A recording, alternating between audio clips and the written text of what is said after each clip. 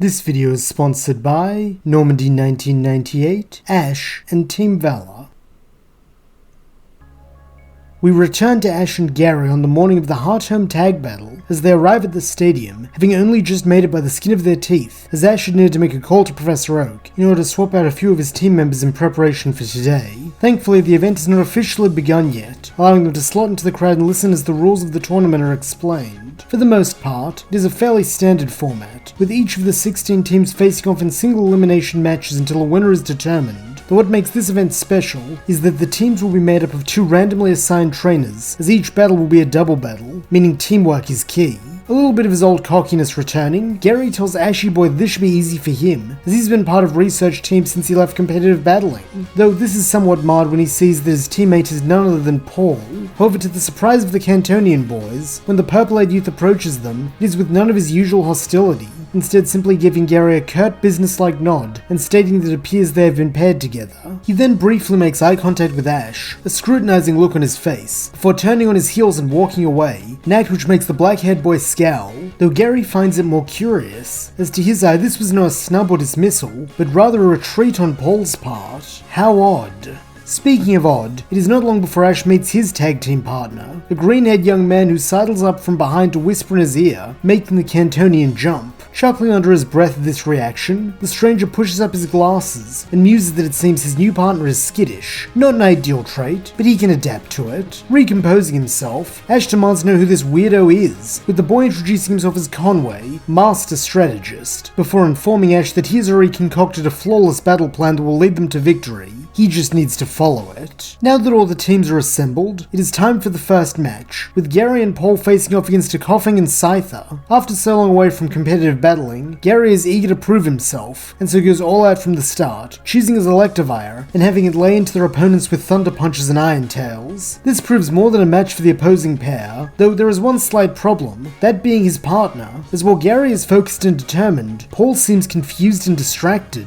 taking too long to give orders to his Ninjask, with this delay greatly hampering the speedy Pokemon's rhythm. As a result, Gary is forced to carry him through this first round match, with the duo achieving victory, though with much more difficult than they should have had. In the aftermath of this, Gary questions Paul on what's going on with him, since indecisive is one thing the purple-haired youth is not, though this is simply met with a scowl, as Paul declares that Gary should just focus on his own battling and he'll look after himself. Then, without another word, he storms off, not even bothering to watch the other battles. For the most part, they are fairly run-of-the-mill. That is until Ash and Conway are called up for the final match of the day. Still in that smug superior voice of his, Conway instructs Ash to leave the strategy to him, as he has everything under control, though with a confident grin, the black-haired boy declines, saying he prefers to battle his own way, since while a plan is all well and good, it's impossible to know what a battle will be like until you're in the thick of it, so there's no point overthinking everything in advance. This line of logic is clearly an anathema to Conway, who frowns deeply at Ash's words, though he does not press the issue, instead bringing out his Slowking while the opposing team chooses a Yanma and Bagon. Finally, Ash calls forth his Tauros, though this is not the same Tauros who had travelled with him through Hoenn,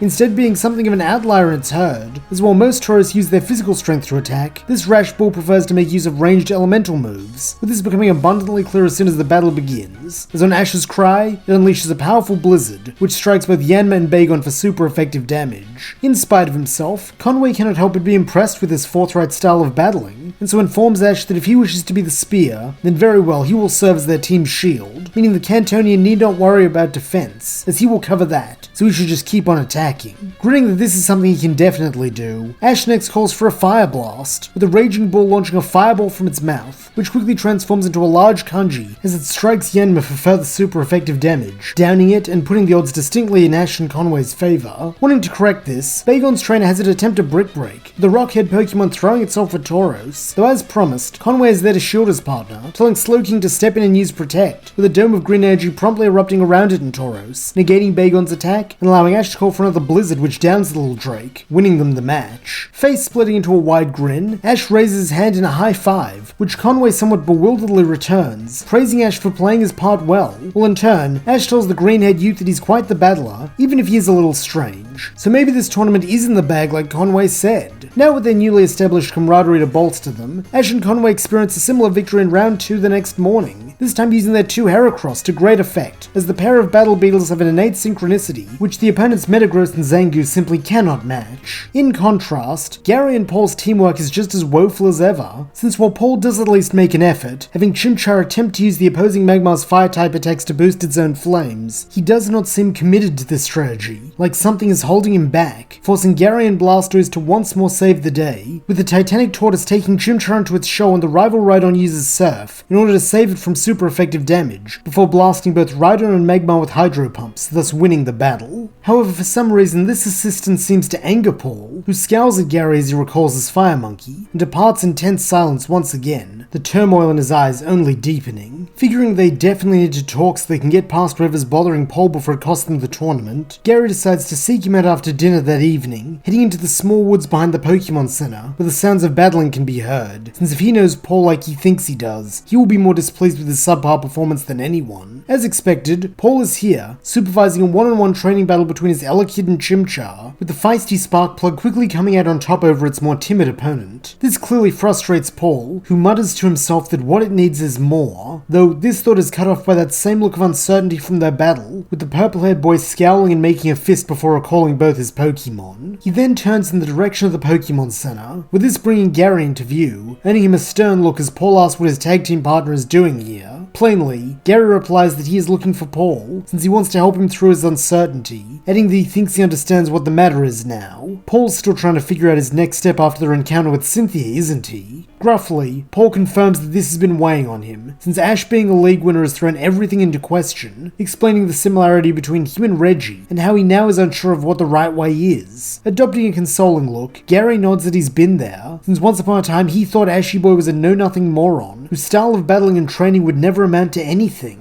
But as they went about their journeys, he kept seeing his rival improve, and eventually do things he couldn't, like go further than him in the league. At the time it was pretty upsetting to be honest, but like Cynthia said, having a true rival helped him grow, since he could adopt the best of Ash's style, while finding a way to make it his own. This evidently gives Paul food for thought, as he had seen the situation as an all-or-nothing prospect, in which he would either need to embrace Ash's way of doing things entirely, in contradiction to his own beliefs, or else eschew it and continue down a path that is his own, but which has not yielded the results he desires. The idea of a partial adoption had not occurred to him in a state of heightened confusion, though now it is obvious, with him feeling annoyed with himself for not seeing it sooner. How had he allowed himself to become so pathetic? Looking Gary in the eye now, Paul gives the nod that the young oak takes to be appreciation, then without a word he leaves, though this time, Gary sees surety where before there was turmoil. However, the real test for this comes the next morning, when Gary and Paul have their semi-final battle against a Hitmonchan and a Furret, as this pair have proven themselves to be a consummate team, so unless the boys can pull together, their Farfetch'd is cooked. For this match, Gary chooses to go with his Krogunk, while in turn Paul picks Torterra, telling the brunette that they can handle Hitmonchan, leaving Krogunk free to capitalize on Furret's fighting type weakness. While it is a rather basic strategy that exhibits little of the teamwork this competition is meant to foster, Gary is at least pleased to see that Paul is resolute in his plan, something that has been sorely missing up until now,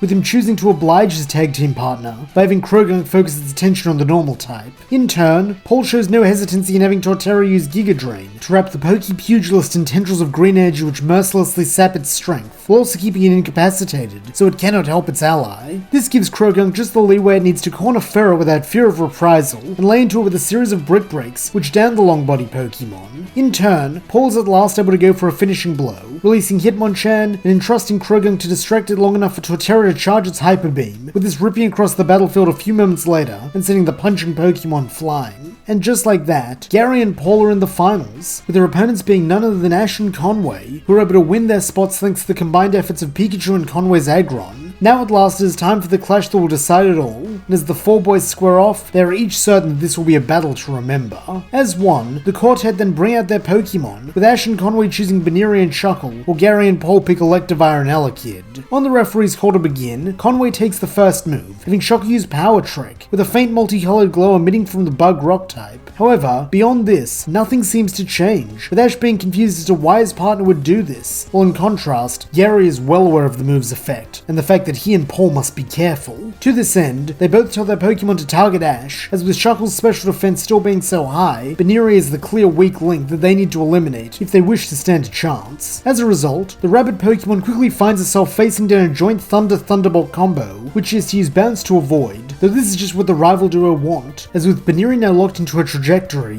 they can close in, striking her with Iron Tail and Brick Break, while slow-moving Shuckle is unable to provide assistance. It is a clever plan, but not a flawless one, as in retaliation, Conway has Shuckle use Gyro Ball, with the Rocky Indolith using its usually poor speed and now enhanced strength to become a speeding orb of death, heading right for the two electric types. Knowing the pre-evolved form will not be able to withstand such an attack, Gary is Electivire shove Elekid out of the way, before thrusting out its large hands to catch Shuckle. This thankfully is able to mitigate some of the damage, but certainly not all of it, with the Yellow Yeti looking much worse for wear as a result. Meanwhile, Baneri has bounded back to her feet and fired off an Ice Beam which has struck Elekid head on, dealing a good chunk of damage, though sadly not freezing it, with the electric Pokemon paying her back with a super effective Brick Break clothesline that sees her sprawled out once more. Seeing that Baneri and Electivire are in the worst shape of all the Pokemon, Ash asks Conway if he'd be happy to switch opponents, with the glasses-clad boy smirking that he was just about to suggest the same thing as he told Shuckle to retreat and use Sludge Bomb on Elekid, freeing Baneri to spring back up and leap at the final stage electric type, while from across the field, Ash and Gary lock eyes, ready for their long overdue rematch. As is his way, Ash immediately goes on the attack, unwilling to be stationary, a trait Baneri shares as she closes the distance before hopping over Electivire's swinging arm to land on its face. Letting out a screech of pain, the electric type then retaliates with a Thunderbolt, though showing off some of that trademark Ash quick thinking, the Raven-haired boy has Baneri use Ice Beam to create a shield, as pure ice is a good insulator against electricity, allowing her to avoid the point-blank blast and land behind her larger foe.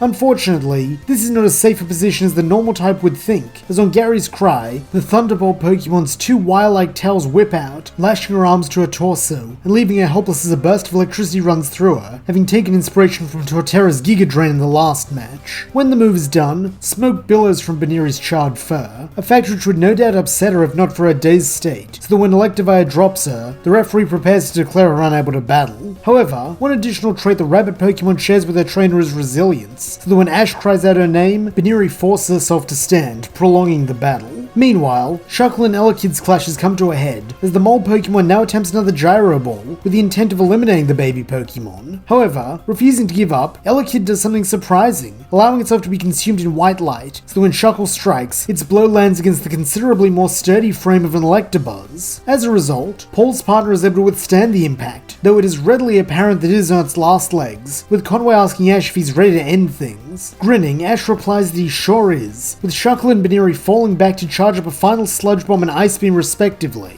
Seeing this, Gary and Paul of their electric types do likewise, with Thunderbolt and Thunder, so that when all are ready, they launch a pair of combo attacks, with one being a bright yellow helix beam of electricity, while the other is an orb of purple ooze crackling with blue sparks. For a moment, the two moves race across the field to meet each other, then with an earth-shattering boom, they collide, whipping up a shockwave as they explode that sends all four Pokemon flying backwards into the walls. Then, in unison, they all fall forward, hitting the dirt and being declared unable to battle in a shocking quadruple knockout. And so it is that the Heart-Home Tag Battle competition draws to a close, with the judges ruling that the final match is a tie, meaning Ash, Paul, Gary, and Conway are all named the winners. However, this does cause a slight problem with the prizes, as it was expected that there would only be 2 winners, meaning only 2 Soothe Bells were required. After some deliberation, it is decided that each team can have one, with it being up to them to choose which teammate keeps it. Having no need for a trinket, as the real prize was the data he gathered through battling, Conway freely allows Ash to keep their team's Soothe Bell, with him draping it around Baneri's neck as thanks for her help in getting him the win. Meanwhile, Paul tells Gary that he can have their bell, as he doesn't want it, while bending down to quietly thank Electabuzz for its efforts, in an understated gesture meant only for the electric type. Recognizing this, Gary insists that Paul should take the Soothe Bell after all, since perhaps it will help him find this new way he is seeking, with the purple-haired boy considering for a moment before taking the profit item from his tag partner's outstretched hand.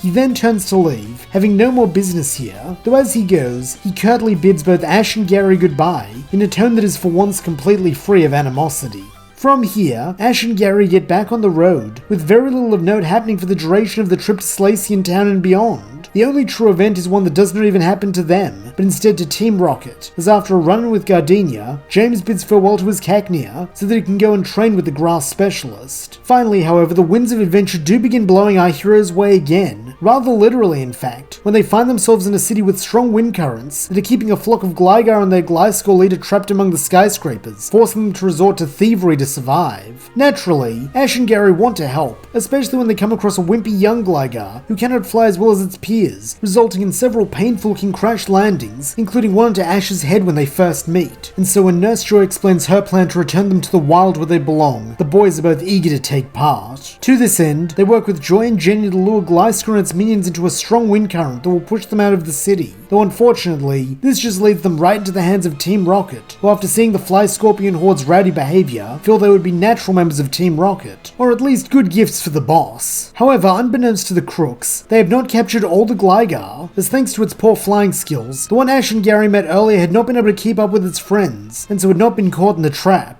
This allows it to free its fellows with a sneak attack, and even send Team Rocket blasting off, though unfortunately, such aerial maneuvers proved to be too much for the little ground flyer, with it crash landing on Ash's head once again. Sadly, this delay cost Gliscor and Gligar their chance to escape, as the wind current has already dissipated. Though being a smart cookie and a skilled researcher, Gary proposes they simply create their own wind, gathering up the trapped flyers and leading them to the high-rise Pokémon Center, whose rooftop garden will serve as a perfect launch pad. Through the use of the Pokémon here, it is simple enough to create a slipstream, with Gliscor leading its followers into the air, and more importantly to freedom, with Ash and Co wishing them luck and waving goodbye. However, there is one exception to this plan, that being the crybaby Gligar who has taken a shine to Ash after all the time he's softened its landings. To this end, it requests permission to join him instead, with the black-haired boy being more than happy to accept, thus adding a new friend to his team. In the days that follow, Gary expresses a particularly interesting Gligar, not because of its issues with flying, but rather because it has the rare distinction of being a Pokemon whose means of evolution was discovered outside its home region. This unfortunately all goes over Ash's head when he tries to explain, so figuring a practical demonstration might be more up his friend's alley, Gary presents him with a Razor Fang, stating this will make Gligar evolve into a Gliscor, though these fangs are not native to Johto, where Gligar is from,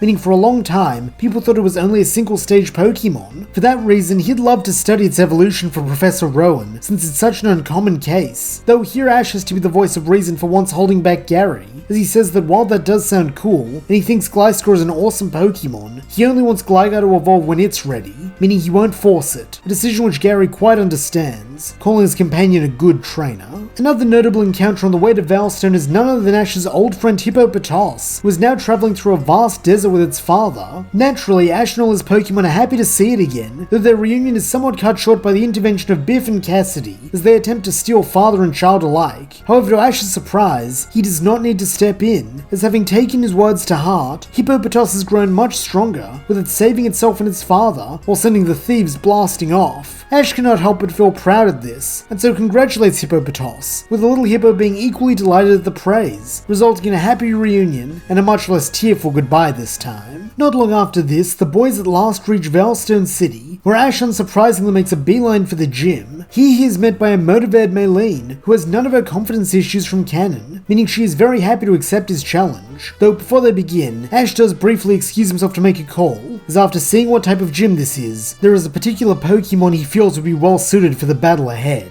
A little while later, Ash makes his return, a confident smile on his face, and seeing this, Maylene decides to come out swinging, choosing Machoke as her first of 3 Pokemon, while Ash in turn chooses Gligar, figuring the Fly Scorpion could use some practice, and we're better than a gym where it has a type advantage. While this is a good idea in theory, it does have one slight problem, that being Gligar's flying abilities, as while it can land a few super effective acrobatics to score some early damage to the fighting type, it proves itself far less adept at evading Machoke's blows when the superpower Pokemon retaliates, resulting in a swift defeat, which sees Gligar bawl its eyes out and cling desperately to Ash in the hope that he won't be too mad over its failure. Patting the flyer gently on the head, Ash tells it that everything is okay, while urging it to get some rest as he returns it to its ball, and instead brings out his second Pokemon, Buizel. Being a gutsy fighter, Buizel is an ideal choice for this gym, with it proving this almost immediately with the way in which it quickly dispatches Machoke with an Aqua Jet, bringing the battle back to an even keel. Up next for Maylene is her Meditite, with the small blue ape contrasting heavily against the orange otter, as while it is eager to fight some more, the psychic fighting type hangs back, surveying its foe thoughtfully before using a meditate to begin gathering strength for the fight. However, this just gives Weasel an opening to strike, with using this chance to the fullest, rushing in and unleashing an Aqua Jet which Meditite only narrowly avoids thanks to Detect. However, due to this move becoming less and less effective with each successive use, when Weasel comes around for a second pass, Meditite cannot avoid it in the same way,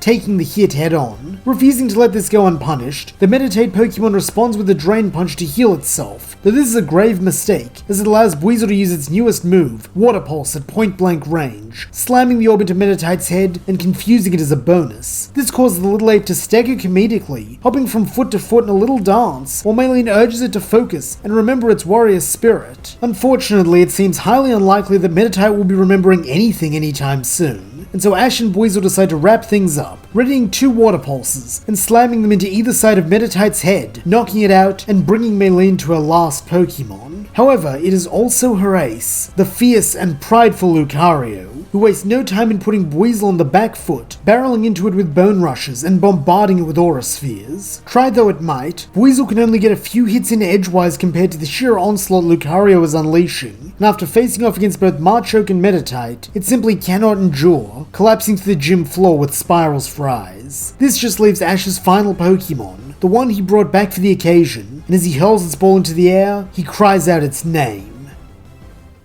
And that's where we'll leave things. Which old friend did Ash recall to battle Maylene? Can it help him claim his 4th Sinnoh Gym badge? And what is going on with Paul behind the scenes? Find out as the journey continues.